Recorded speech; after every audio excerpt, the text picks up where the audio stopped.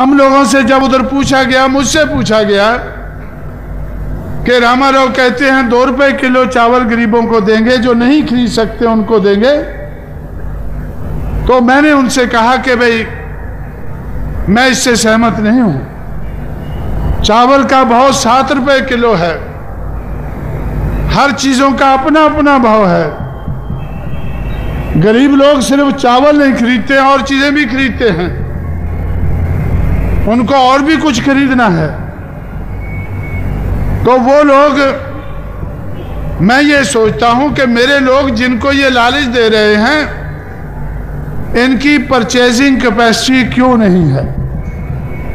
जब दूसरे लोग 7 रुपए किलो चावल खरीद सकते हैं, तो ये क्यों नहीं खरीद सकते हैं? ये कौन लोग हैं? मेहनत कश लोग हैं, जो खेतों में खेती करके चावल पैदा करते हैं, ये वो लोग हैं। कल कारखानों में काम करके धन पैदा करते हैं, ये वो लोग हैं।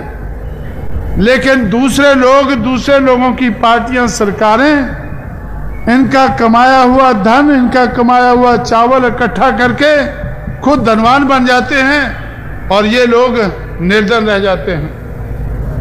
इस देश में धन पैदा करने वाला निर्धन रह जाता है, और मौज मस्ती करने वाला धनवान बन जाता है। इस व्यवस्था को हमें बदलना है, और लोगों की कैपेसिटी 7 रुपए किलो या जो भी मार्केट का रेट है, वो खरीदने लायक हमें उनकी कैपेसिटी बनानी है। एक तो भीख की आदत ही बुरी है, और भीख में आपने चावल दे दिया तो बाकी का क्या होगा? चावल के साथ तो दाल भी चाहिए, चावल के साथ और चीजें भी चाहिए। तो इसलिए इस किस्म की भीख देना, इस किस्म के वादे करना चुनाव से पहले बहुत सी पार्टियां आपसे करेंगी, और मुश्किल की बात यह है कि ऐसे वादों में फंसकर बहुजन समाज लंबे अरसे से दुखी हो रहा है, और अपना वोट लुट जाने के बाद बार बार दुखी होता है। लेकिन इस बार आप लोग सावधानी बरतेंगे, ऐसे वादों में आकर अपना वोट फिर से नहीं गवाएंगे। अपने हित की सरकार बनाकर चाहे 2 रुपए किलो चावल खरीदें, चाहे 8 आना किलो खरीदें, लेकिन उस लायक आप लोगों को अपनी सरकार को बनाना होगा।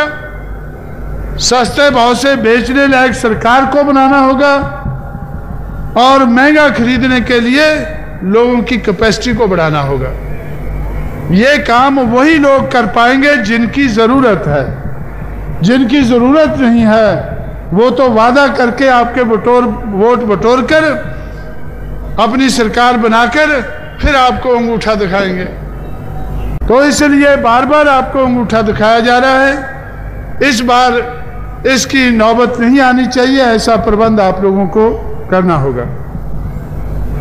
साथियों, में समय बहुत ज्यादा हो गया है, मैंने इतनी लंबी बात करने का सोचा नहीं था, लेकिन आप लोग मेरे काबू में आ गए हैं, तो मैंने सोचा इसका फायदा ले लिया जाए, और आप लोगों के माध्यम से मैं ये बात, अपनी बात बहुजन समाज के जन जन तक पहुंचा सकूं। इसलिए मैंने इस मौके का फायदा लेकर चुनाव से संबंधित, बहुजन समाज से संबंधित, बहुजन समाज की सरकार बननी चाहिए, बहुजन समाज शासन और प्रशासन में उसकी भागीदारी होनी चाहिए, वो अपने पैरों पर खड़ा होकर अपना शक्ति बनाकर अपने हितों की रक्षा करने वाला समाज बन सके।